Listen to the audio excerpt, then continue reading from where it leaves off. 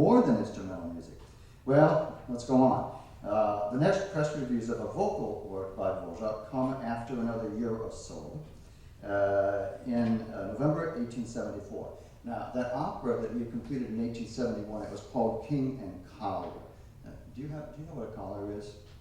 Collier is a person who makes charcoal. Okay, just so you're not puzzling about what that is. It's not important for the opera, but that's what that means. A collier is a person who makes charcoal. Well, Dvořák made a complete setting of this opera, this libretto, King and Collier. It wasn't performed. It was decided to be too complicated and difficult. So he made a completely new setting of the same libretto, and it was performed. That was in November 1874, and there were many reviews of this performance, and all of the reviews I found, and there are many of them, were enthusiastic. You have to call it a great success, including a review by Ludovic Prochaska. Prochaska said of this opera, you almost get the idea that he basically, it sounds like he's admitting that he erred in thinking Dvořák would not excel as a dramatic composer. I quote Prochaska, "This success can fill us with the hope that this composer, who has demonstrated the most resplendent talent several times in orchestral music, is growing into an excellent dramatic composer."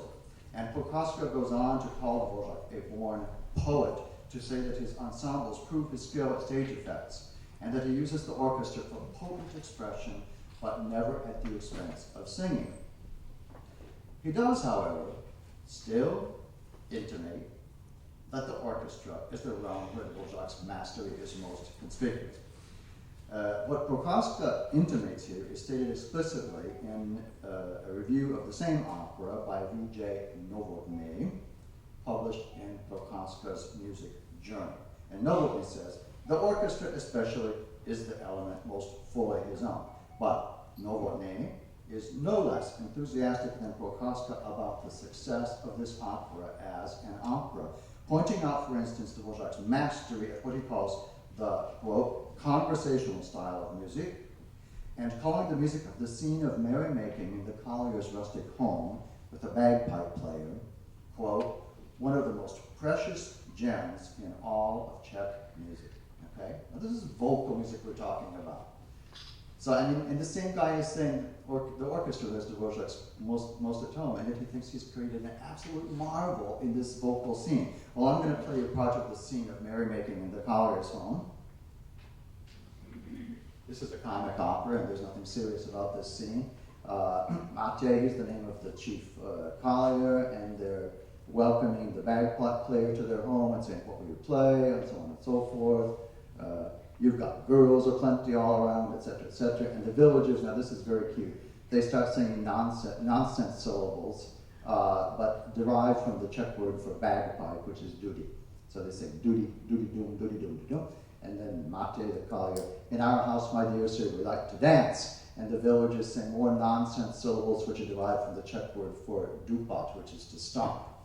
And then Matej says, "Oh, the bagpiper, he didn't sleep all night, just played his bagpipe." And Anna, now apparently the bagpiper, Anna's Matej's wife, the wife of the collier, and apparently the bagpiper has begun to flirt with her. And she says, "Move on, bagpiper, move on, flatter some other girl." So here's Dvořák's setting of this text.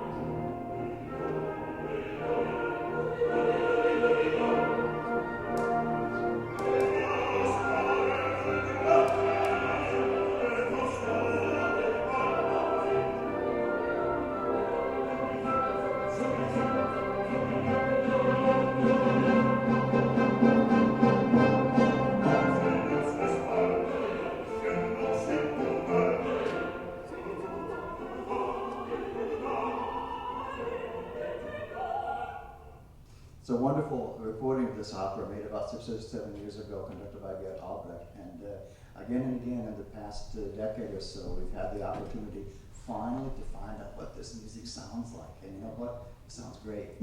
I love this. I love this stuff. Well, as I said, all the reviews of this opera were favorable. In fact, very favorable, even if they stuck in these funny statements about Dvořák's real home is in the orchestra. But they loved the opera, nevertheless. Moving on, our next way station is the opera Vanda. This is the next vocal work of Dvořák to be reviewed, practically the next work of Dvořák at all to be reviewed. It was premiered in April 1876. Now this is an opera of a completely different sort. It's a grand opera. It contains some very powerfully dramatic effects.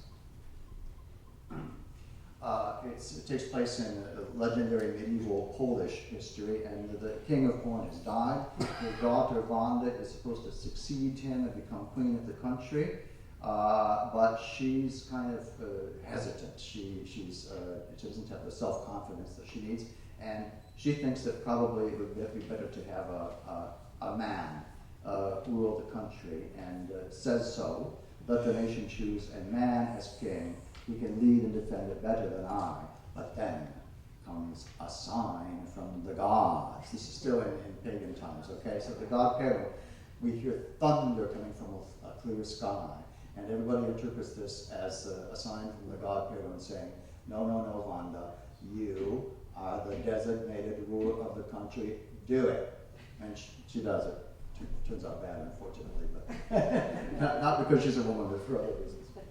Anyway, it's a very powerfully dramatic scene.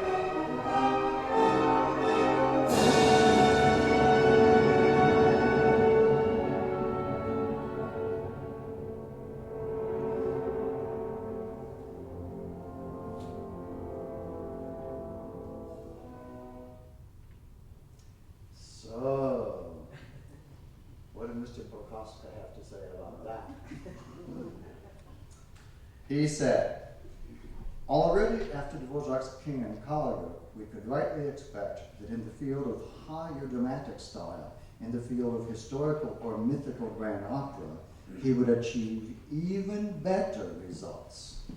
His latest opera, Vanda, did not disappoint us, giving the most splendid evidence of the creative strength of his spirit and his true calling for the field of drama.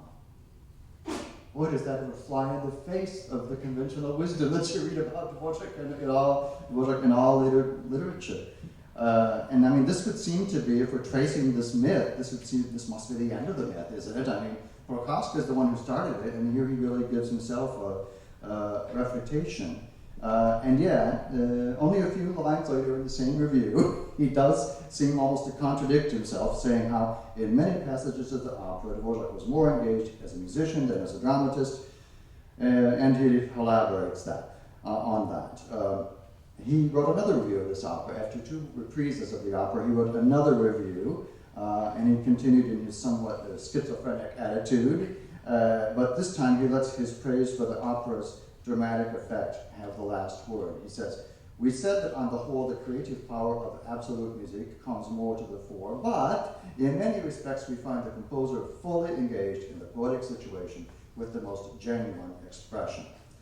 Other critics were also very impressed by Vanda. As in the case of King and Collier, I have not found a single review that could be called negative.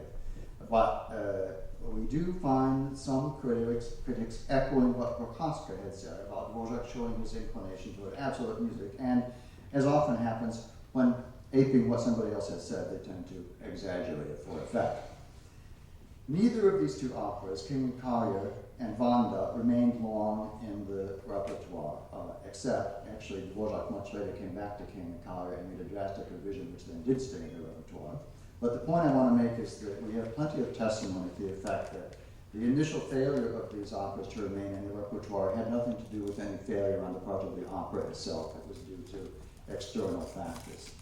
Meanwhile, here we're in 1876 with the premiere of Vanda. In that year, Dvořák composed the main part of the first of his many preserved sacred works. This was his monumental Stabat Mater for soloists, chorus, and orchestra. It is sometimes said of Dvořák that he doesn't know how to express tragedy. Just listen to this. Stabat Mater, as you may know, is about the Virgin Mary standing below the cross for her son, Jesus is being crucified. And in this particular passage, the faithful Christian, as it were, is addressing the Virgin Mary, saying, "Holy Mother, grant that the wounds of the crucified be scored deep into my heart." In Dvořák's saying, gradually more and more parts of the chorus come in. The expression at first is neutral and sort of religious devotional, but then the pain begins to become more and more evident.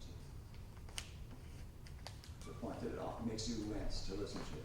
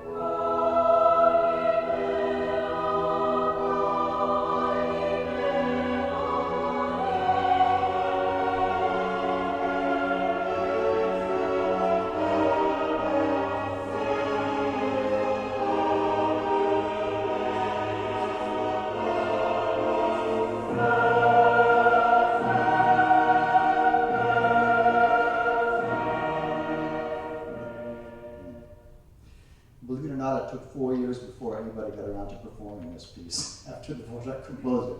We'll come back to it later. But meanwhile, at the same time that he wrote that, in 1876 he composed his delightful folk-like Moravian duets for 2 voices and piano.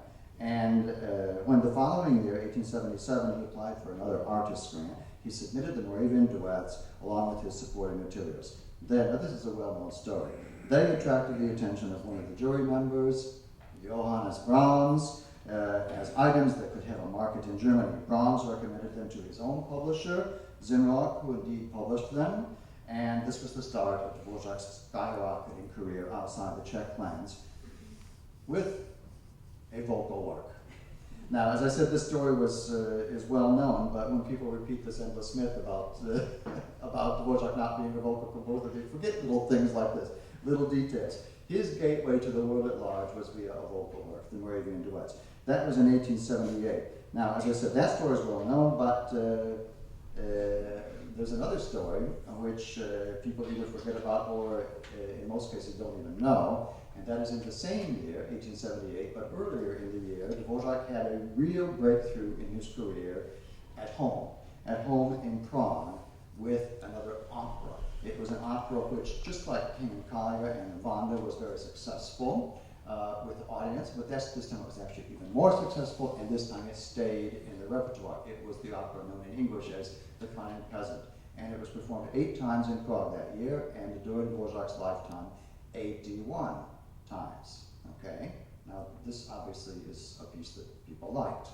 The opera, The Cunning Peasant, it was really almost as significant for Dvořák in his career as the Moravian duets. In responding to The Cunning Peasant, the opera, Procházka said, for a change, nothing about Dvořák's predilection for absolute instrumental music. Has the myth died? Well, this time the topic was taken up by 2 other critics. They were Emanuel Chvála and Otakar Hostinsky, and Hostinsky put it most bluntly. This is in his review of The Cunning Peasant. Dvořák is above all an instrumental composer. Now, what was Hostinsky's basis for saying that? In this review, he admits that he does not know Dvořák's earlier operas. What other vocal music of Dvořák did he know? Well, mainly, he knew the patriotic hymn, of which he had written a review in 1873, which was just as enthusiastic as everybody else's review, okay? But now, somehow, he has miraculously come to the conclusion that Dvořák was mainly an instrumental composer. It just continues to be a mystery. This myth continued to be repeated over and over again. I want to propose three main reasons why it can continue to be repeated. Not good reasons, but reasons that explain something. First of all, it's just that composers, or rather music critics and music historians, love to put composers in pigeonholes. It makes their job easier. And somebody had proposed this pigeonhole for Dvořák, that he was mainly an instrumental composer, and people just loved to repeat that endlessly. Another possible reason is this, that people knew Dvořák was not a man of letters. His general education outside music had never gone beyond elementary schools. He evidently was not widely read. For instance, Josef Kovařík recalled experiences in living with the Dvořák family here in New York, and said that in the evening, Dvořák's wife liked to read, but Dvořák himself preferred to play cards. Okay, so we're getting the image of Dvořák as the non-literary person. He had hardly ever published anything that he had written in words. The only two significant articles he published here in New York about Schubert and about music in America, and he published them when somebody asked him to write them, and he wrote them in collaboration with somebody else. Dvořák himself once said, "I've always envied Wagner that he knew how to write, meaning to write words. I don't know how to write, and I don't know how to talk either." This is quoting Dvořák. Indeed, Dvořák was proverbially taciturn, and so it would seem that words were not his strong point, and so if we don't have real solid ground for deciding whether Dvořák was mainly instrumental or mainly vocal, well, we'll say he was mainly instrumental because we know that he was not sort of verbally inclined. It would seem to make sense, okay? So like the easy way out, if you don't really know the vocal music. If you do know the music, then the vocal music, then you find out the truth is a little different. Now the third possible reason why this myth is so persistent is related to that other main myth about Dvořák, that his significance is that of a Czech national composer. And this could actually be the most important factor of all. The whole history of Dvořák reception has been linked to that notion, but most of all, Dvořák reception during his own lifetime among his own compatriots, the Czechs, because they were looking for heroes of Czech art to prove the dignity of the nation and its rightful place of honor among the nations of Europe and the world. They were in a position where they felt that that rightful place was threatened. Well, and so they latched onto Dvořák as one who could sort of serve a purpose in proving the dignity of Czech art. But they didn't need, for this purpose, a composer of opera, because that role had already been filled by Smetana. When Dvořák first came to the operatic stage, Smetana already had behind him 4 productions of 4 different, very successful operas, and so they didn't need Dvořák to be a good opera composer. Instead, they focused on what he wrote that Smetana didn't, which was mainly absolute instrumental music. And so, in that sense, Dvořák's significance was as a composer of absolute instrumental music, but we don't need to see it that way, do we? I mean, for one thing, we're not in Bohemia, and for another thing, we're living 150 years later, and the situation is totally different. And yet people keep repeating this myth, which was born out of the situation that existed in those days. Well, fortunately, presenters of concerts and operas in the Czech lands didn't pay much attention to this myth, and they kept on performing his vocal music, and he continued to write vocal works that were very much performed and very much admired. I was going to play several more examples. Question of whether we have enough time. Well, we have at least for a couple of them. I wanted to play you a vocal work of Dvořák of a completely different sort. It's an unaccompanied chorus, a short unaccompanied chorus. He composed in 1878. And it's based on the texts, Czech translations of texts from Lithuanian folk songs. This is the last stanza, actually, of the chorus, and a man seems to be speaking of a sweetheart who is far away, very whimsical, but very, very sad. I think he misses his sweetheart, and he knows that he can't really see her. Then I'll pluck 2 apples and send them to my maiden. I'll not take them myself, nor trust them to a friend. I'll let them blow to her in the warm winds.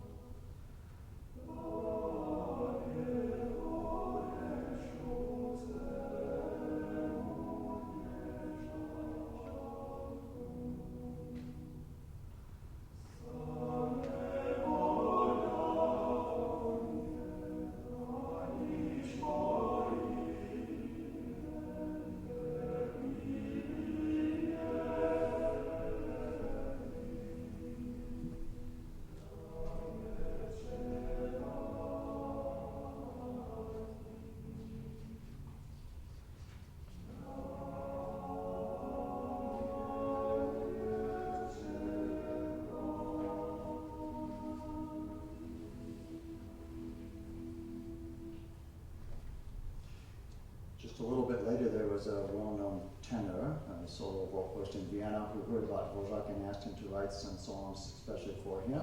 Dvořák came up with the so-called gypsy melodies, which he composed to a text in German, seeing as the singer was a German speaker. Some of these songs are rather well-known, best known as songs my mother taught me.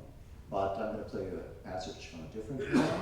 A gypsy telling himself to make merry while he can. The string is well tuned, boy dancing around today, merry, and tomorrow, back to the old bloom, back to the old bloom.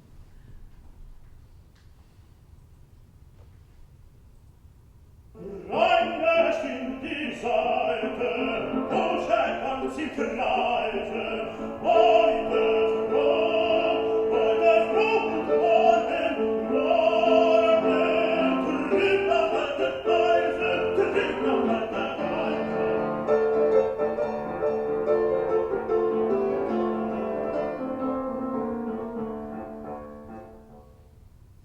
Now, in 1883, a major turning point in Dvořák's reception occurred when the English began to consider him one of the greatest living composers.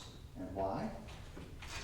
Because of a vocal work. Of course, it was a vocal work of his that had its London premiere in 1883. It was the Stabat Mater. And we heard an excerpt of that earlier. British critics throughout Dvořák's lifetime perceived this work as one of the greatest sacred works of its time. And in Dvořák's own work, they considered it to be his very greatest work, the Stabat Mater.